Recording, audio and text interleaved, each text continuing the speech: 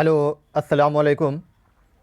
Jewel study point में आप सभी का स्वागत, वेलकम, खैर मकदम है। ज्वेल स्टडी पॉइंट को अगर आप लोगों ने अभी तक सब्सक्राइब नहीं किया तो सबसे पहले ज्वेल स्टडी पॉइंट को सब्सक्राइब कर लीजिए ताकि हर एक वीडियो का नोटिफिकेशन आपको सबसे पहले मिल सके। आज का पेपर है प्रीवियस ईयर पेपर 2018 का, जो दिसंबर में पेपर हुए हैं। 2 पेपर करा चुके हैं और आज जो कराने जा रहे हैं दिसंबर का कराने जा रहे हैं।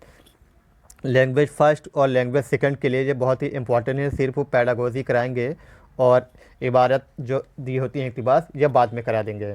तो पहला 91 नंबर सवाल है, कह रहे ज़बान की तालीम में कमज़ोर तलबा के लिए बेहतर तालीमी तदरीस है। यानी ज़बान की तालीम में, यानी भाषा की शिक्षा में जो सबसे कमज़ोर तलबा है उसके लिए सबसे बेहतर तालीमी तदरीस क्या हो सकती है। नंबर 1 है तालिब इल्मों को अलग अलग पढ़ाना। नंबर 2 है पूरे ग्रुप को पढ़ाना।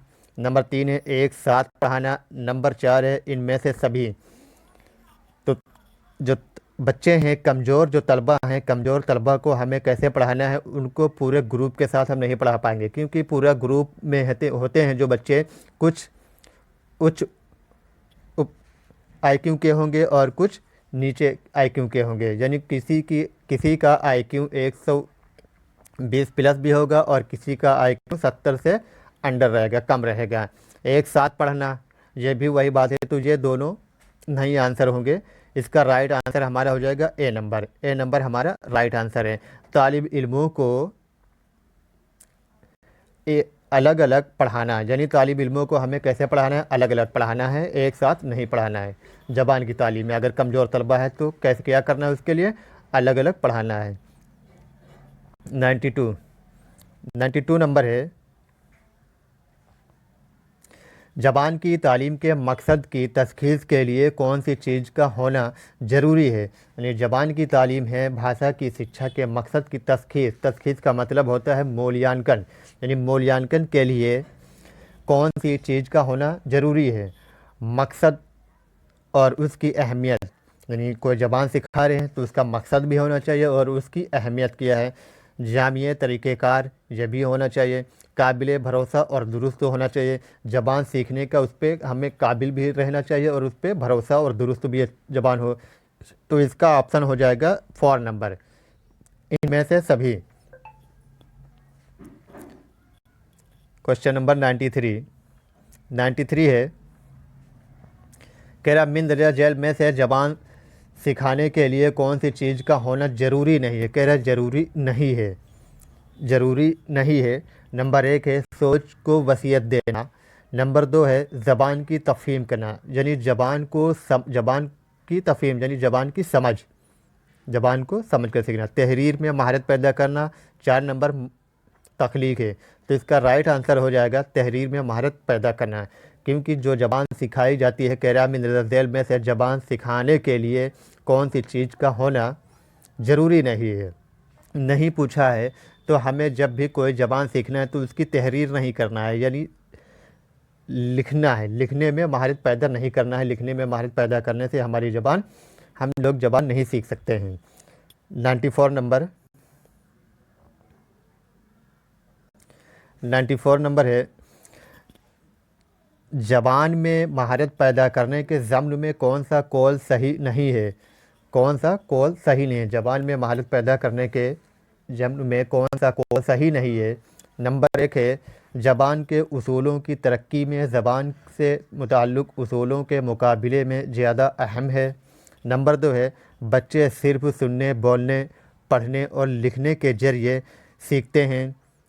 3 नंबर है स्कूल में पढ़ाई लिखाई में महारत पैदा करने के लिए ज़ोर देना चाहिए। स्कूल में पढ़ाई लिखाई पर ज़ोर नहीं देना है। ज़बान सिखाने में मंदरजा जेल बाला तीनों माउन साबित होते हैं। तो इसका राइट आंसर क्या हो जाएगा।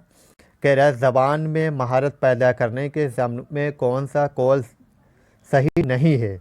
तो सही नहीं पूछा है ना, सही नहीं है कौन सा है। इसका राइट आंसर हो जाएगा, यहाँ पे कह रहा है बच्चे सिर्फ यहाँ पे लग गया नेगेटिव पॉइंट है। सुनने, बोलने, पढ़ने और लिखने के ज़रिए ही सीखते हैं। ये भी कंडीशन यहाँ लगी और यहाँ भी लगी, तो इसलिए आंसर इसका कौन सा सही हो जाएगा। 2 नंबर सही है। 95